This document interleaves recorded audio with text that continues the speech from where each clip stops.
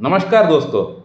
अगर आपका लिंग में तनाव ठीक से नहीं आता है, आपको इरेक्टाइल डिस्फंक्शन की प्रॉब्लम है, प्रीमैच्योर इजैकुलेशन की प्रॉब्लम है, आपका सीमन पतला है, आपको सेक्स के प्रति इच्छा जागरूक नहीं होता है, आप अपना पार्टनर को खुश नहीं कर पाते हैं, संभोग के दौरान आपका इरेक्शन बार बार गिर जाता है, और अगर आप सोच रहे हैं कि मैं कौन सा ट्रीटमेंट कराऊं, एलोपैथिक ट्रीटमेंट कराऊं, यूनानी कराऊं, आयुर्वेदिक कराऊं, होम्योपैथिक कराऊं, क्या करूं, कौन सा मेडिसिन खाऊं, आप अगर परेशान हो गए हैं सोचते सोचते, तो आप ठीक वीडियो पे आए हुए हैं। इस वीडियो में मैं आपको एक केस वीडियो के माध्यम से ये बताऊंगा कि कैसे हम लोग यौन समस्या को बढ़िया तरीके से ठीक कर सकते हैं। सिर्फ यौन समस्या को ठीक कर सकते हैं ऐसा नहीं, यौन समस्या के साथ साथ अगर पेशेंट का अंदर कोई और प्रॉब्लम्स भी चल रहा होगा उसको भी हम लोग ठीक कर सकते हैं। इस वीडियो में मैं आप लोग को यही दिखाऊंगा। ये जो आप एक पेशेंट का स्क्रीनशॉट देख पा रहे हैं, पहले ऊपर में आप डेट देख लीजिए कि पेशेंट मुझसे कब कांटेक्ट किए थे। 6 फरवरी 2024 को मुझसे कांटेक्ट किए थे। प्रॉब्लम्स क्या क्या थी? माइग्रेन की समस्या उन्होंने लिखा हुआ है, एजोस्पर्मिया की समस्या लिखा हुआ है, लो टेस्टोस्टेरोन लिखा हुआ है, सेक्सुअल प्रॉब्लम लिखा हुआ है। एजोस्पर्मिया की समस्या तो इनको थी नहीं, इनको ओलिगोस्पर्मिया की प्रॉब्लम यानी कम शुक्राणु की प्रॉब्लम है, नील शुक्राणु की प्रॉब्लम नहीं है। हालांकि इन्होंने लिखा हुआ है लेकिन एजोस्पर्मिया की प्रॉब्लम इनको नहीं है। तो इन तमाम समस्याओं के लिए ये पेशेंट मुझसे कांटेक्ट किए थे आज से 6 महीना पहले, और मेरे पास आने से पहले कई जगहों से इनका ट्रीटमेंट भी चला हुआ है होम्योपैथी में, लेकिन कुछ खास परिणाम इनको नहीं मिला हुआ है। अब पेशेंट का थॉरोली केस टेकिंग करके पेशेंट को मैं स्टैबिलिसेग्रिया प्रिस्क्राइब किया था 0/1, 2, 3, 4 पहले 2 महीने के लिए, लेकिन कुछ खास परिणाम, सॉरी नॉट इन इम्पोर्टेंसी, स्टैबिलिसेग्रिया 10 और 50 प्रिस्क्राइब किया था, लेकिन कुछ खास परिणाम इनको नहीं मिला हुआ है। पेशेंट का फीडबैक मैं लिया था आफ्टर 2 मंथ, बट स्टैबिलिसेग्रिया से पेशेंट को कुछ खास इंप्रूवमेंट नहीं हो पाया था, जीरो इंप्रूवमेंट बोल सकते हैं। तो बहुत लोग मुझे बोलते हैं डॉक्टर साहब आप अपना सक्सेस केस ही हमेशा डालते रहते हैं यूट्यूब में, कभी अपने फेलियर के बारे में भी बात किया करें। तो उन लोगों को मैं बोलना चाहूँगा कि मैं अपने फेलियर के बारे में भी बात करता हूँ। जो डॉक्टर्स, जो स्टूडेंट्स मेरे पास आके सीखते हैं या ऑनलाइन क्लास करते हैं, उन लोगों को पता है कि जो केस में सक्सेस नहीं कर पाता हूँ, मैं उन लोगों से बात करता हूँ कि आप लोग बताइए कि कहाँ मुझसे चूक हो रहा है। तो ऐसा कोई बात नहीं है। हालांकि यूट्यूब में थोड़ा सा फेलियर केस जो है कम डालता हूँ, लेकिन बहुत सारे केस में डाला हुआ हूँ जहाँ मैं सक्सेस नहीं हो पाया, डाला हूँ। और हमेशा अपना फेलियर से मैं सीख लेता हूँ।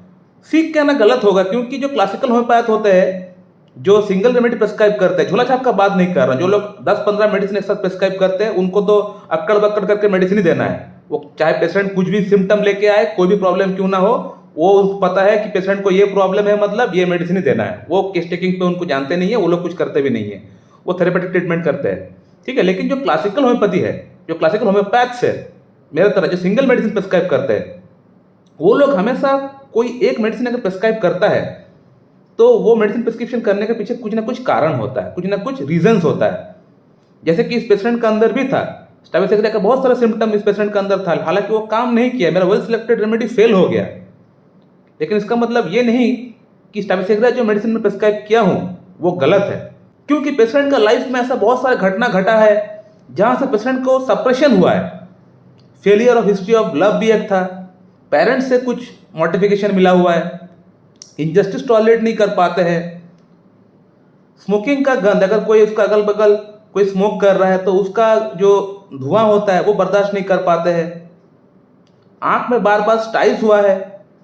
तो ये सब चीज़ें पेशेंट के अंदर था, सप्रेशन बहुत ज़्यादा था, बचपन से लेकर अभी तक पेशेंट को बहुत कुछ सहना पड़ा हुआ है, पेरेंट्स से उतना सपोर्ट नहीं मिला हुआ है, फेलियर्स मिला है, इनजस्टिस, अपमान हुआ है, तो मॉडिफिकेशन पेशेंट के अंदर था। हालांकि staphysagria is my well selected remedy, जो क्लासिकल होम्योपैथ है। अगर 100 डॉक्टर्स को अगर ये केस दिया जाए तो 100 में से कम 95 जो डॉक्टर्स रहेंगे वो स्टैबिलिसेग्रिया ही पेशेंट को प्रिस्क्राइब करेंगे, लेकिन स्टैबिलिसेग्रिया ने काम नहीं किया।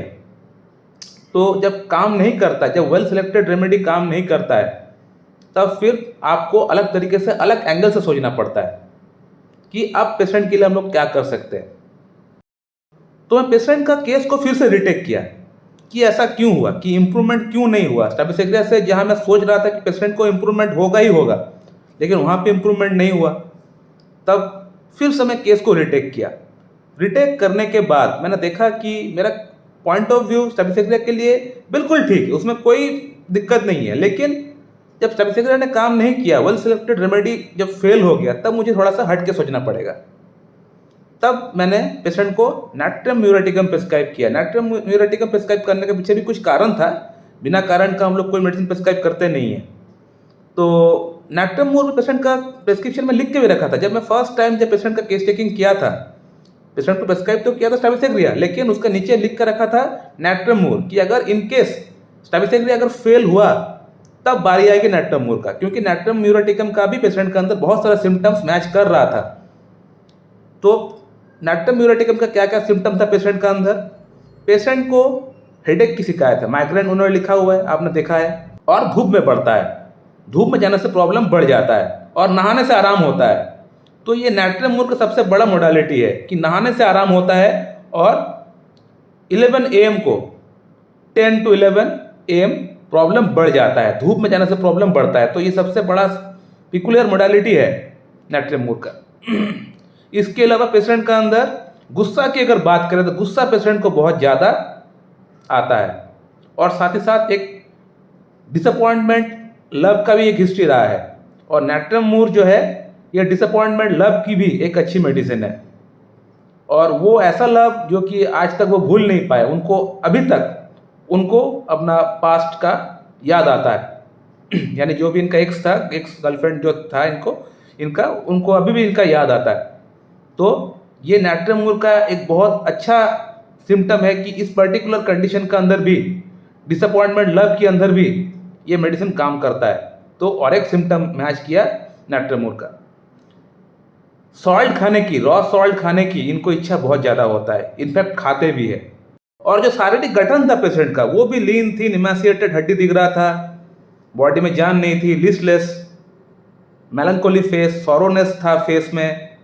तो इस तरह का जो फिजिकल जो स्ट्रक्चर है, जो अपीयरेंस है, वो भी पेशेंट का दिख रहा था नाट्रियम म्यूर का। और साथ में पेशेंट जो है बाहर में टॉयलेट नहीं कर पाते अगर उनका अगल बगल कोई अगर मौजूद हो तो। अगर वो कहीं पब्लिक प्लेस में जाते हैं, अगर अगल बगल कोई टॉयलेट करता है तो वो अपना टॉयलेट पास आउट नहीं कर सकते। He can not pass out his urine when someone is present beside और अराउंड हिम। तो ये और एक सिम्टम है नाट्रियम म्यूर का। इसके अलावा क्रेविंग का एक सॉल्ट का क्रेविंग तो मैंने बताया। और गुस्सा अगर आता है तो चीज़ों को उठा के फेंक देते हैं, कई बार फेंक देते हैं। तो ये और एक सिम्टम है नाट्रियम म्यूर का।